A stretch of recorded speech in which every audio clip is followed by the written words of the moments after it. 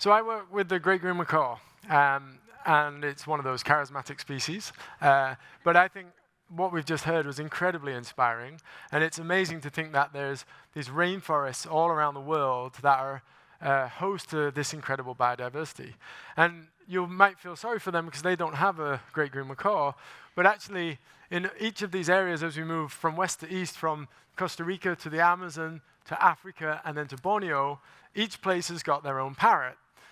They've also got their own bats. My favorite's the Amazonian dog-faced bat. They've also got their own fish, and they're pretty big, except in Farina's Foot's case, they provide spa services. And in each place, we've also got our own elephants, more or less. The point is that when we save rainforests, we're saving an amazing biodiversity. There's so much richness found in these forests.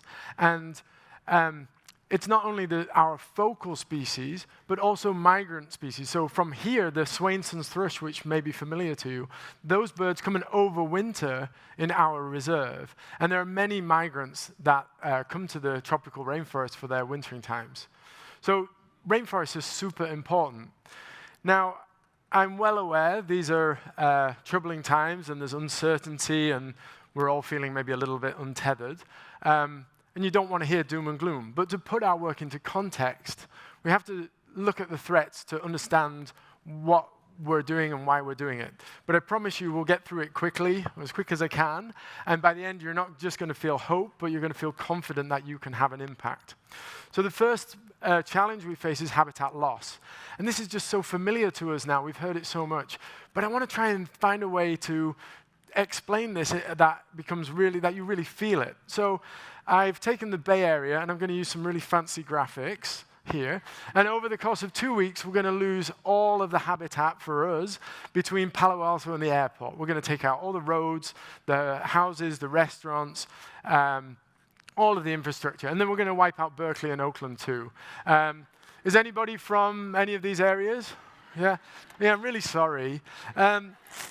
So now, the people from these areas, they've moved into San Jose and San Francisco. So you've got that conflict. Farina talked about conflict with elephants and people and things like that. So you've got that challenge where there's just too many people, and unfortunately, they're not all going to make it. Second point is fragmentation. So you live in San Jose, but you work at Salesforce, and now you can't get there. And that's particularly because in these, this desert area, there's quicksand. And when I was growing up, quicksand was really a big problem. And if you can get past the quicksand, you're made to talk at a podium and do public speaking. So there's no way you're going to risk to cross this area. The third threat that we face with rainforest is habitat degradation. This is a mountain almond tree. It's 180 feet tall. This building, this is a 2-story building. This is on our reserve. And so you get a sense of the scale of this incredible tree. I've learned this new word recently. They're multicentenarian. This tree is probably about 600 years old.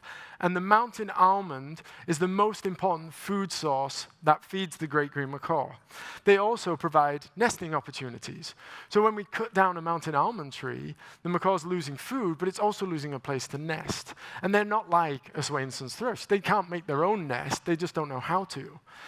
And 9 out of 10 mountain almond trees have already been cut down. That's before they were protected. And even now, there's illegal logging where we're still losing hardwoods like the mountain almond. I love coffee. Anybody here like coffee? Okay, so you're in San Jose. You can't get coffee in the store anymore because there's just so many people and it's bought as soon as it appears. But there's 100 coffee shops.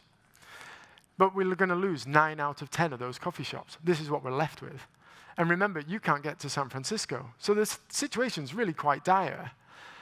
Now, is anybody unclear about why we have endangered species? Why these species are threatened and they're struggling to survive? I'd hope that these examples make it really clear to... It certainly did for me when I was messing around and coming up with this. So we've got to protect the rainforest.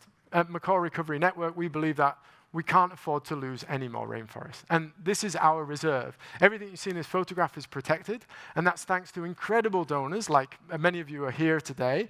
And when we protect this forest for the parrots, we're protecting it for all other species as well. When we look at a map, the red line here is our reserve. It's about 520 hectares. And then the blue areas are sort of my wish list that my board of directors get a little nervous about when I start saying, oh, we need to protect the next door and next door. And if we look at the bigger picture, we've got the blue areas is the wish list, and then the yellow areas are other private reserves. The white areas are national parks. The dark green up in the north there, that's all rainforest, and it's all the habitat, the nesting areas of the great green macaw. And my goal, my ambition is to protect it all, to find a way to protect it all. We can't buy it all, so we've got to partner with these private protected areas and also other landowners. And through partnerships and collaboration, we can create a large protected area that can house can home the great green macaws. But to protect the forest, to buy the forest, protect the forest is one thing. To safeguard it into the future, we need to work with communities, as you've just heard. So in 2020, we launched the Women Rangers program, and local women who don't have the same opportunities as local men were trained to do, at first they were trained as field biologists, and then they became habitat restoration specialists. We're going to come back to them in a moment. We're also working with local kids. We want to inspire them, raise their awareness, and get them excited about parrots. That's already paying off, and we've got high school kids who come do their work experience with us. And it's the women rangers that are training them. The women rangers are also now training the second iteration of this project. And here the new ladies from communities around the reserve are learning about habitat restoration. The nice thing about habitat restoration is the results are very quick. This is Gendry, stood next to a tree that she planted 1 year earlier. The growth is really remarkable. And here's Marielena and Gendry. This is an area which was 300 trees were planted, and these trees are now 4 years old. This is one of the areas where we had the lowest survival of the trees we planted, and that's still 83% survival. So we were getting really good results with this reforestation effort. Just another example, this because I've got this mountain almond picture. This is Mario. He's a fully grown adult. And this is next to a 5-year-old mountain almond tree.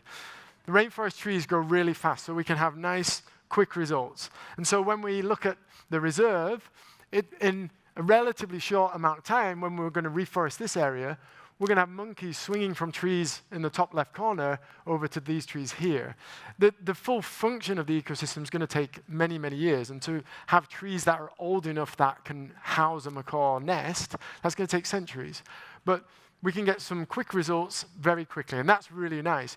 And the nice thing about restoration is when we look at the pasture, we can say, okay, well, we're going to plant trees every 6 meters. We can work out how many trees we're going to need, and we can work out the cost, and that's great.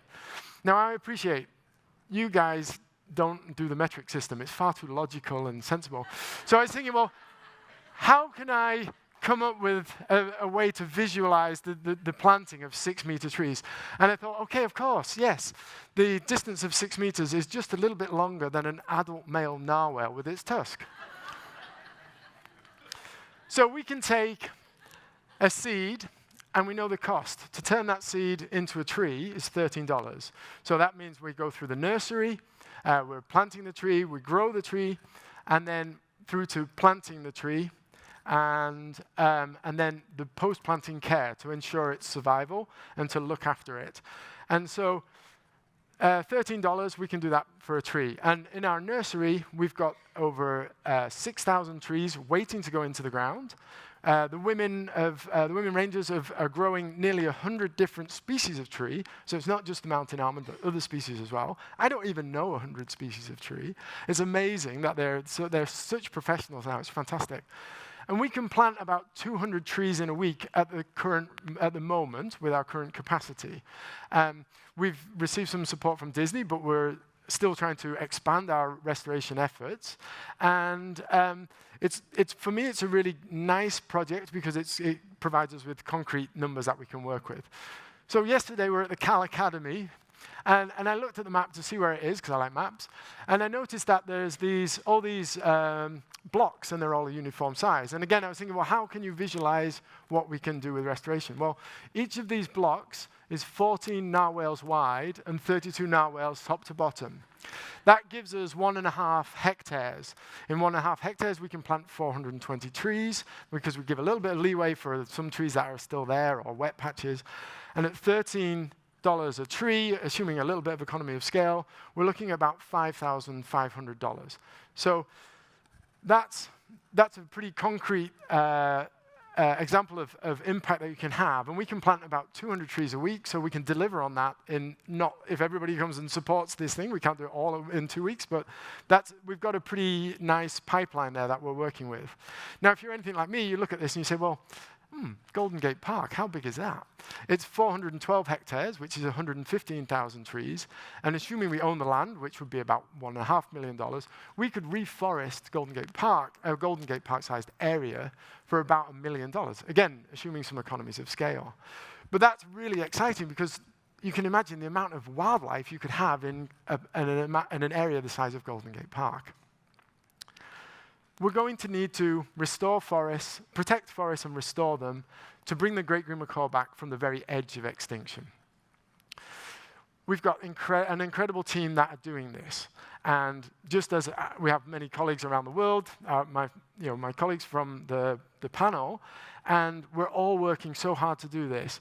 And we achieve it through partnerships with you. And so in times of uncertainty, I would encourage you to invest in rainforest protection and rainforest restoration, because it has certainty. And just look at what we can save. Thank you very much.